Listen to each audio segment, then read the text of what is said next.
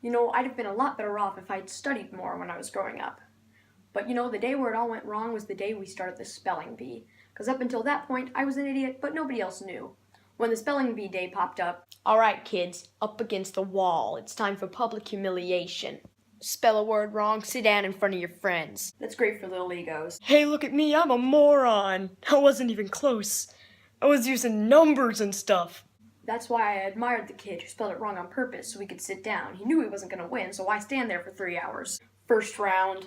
Cat, K-A-T, I'm out of here. Then as he passed you. I know there's 2 T's. I remember my teacher asked me, Brian, what's the I before E rule? I before E. Always. What are you, an idiot, Brian? Apparently. So she explains it. No, Brian, it's I before E except after C or when sounding like A is in neighbor and way, and on weekends and holidays and all throughout May. And you'll always be wrong no matter what you say. That's a hard rule. That's a rough rule. Plurals were hard too. Brian, how do you make a word a plural? You put a S. You put a S at the end of it. When? On weekends and holidays! No, Brian, let me show you. So she asked this kid who knew everything, Erwin. Erwin, what's the plural of ox? Oxen. The farmer used his oxen. Brian, what? What's the plural of box? Boxin'.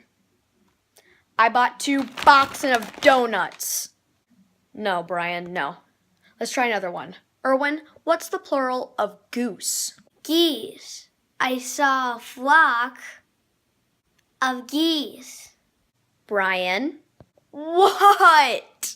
What is the plural of moose? Moosin'! I saw a flock of moosin'. There were many of them, many much moosin'. Out in the woods, in the woodis, in the woodsin'. The meese want the food and the wood is in. Food is the eatin' is in. Meat want the food and the wood is in is.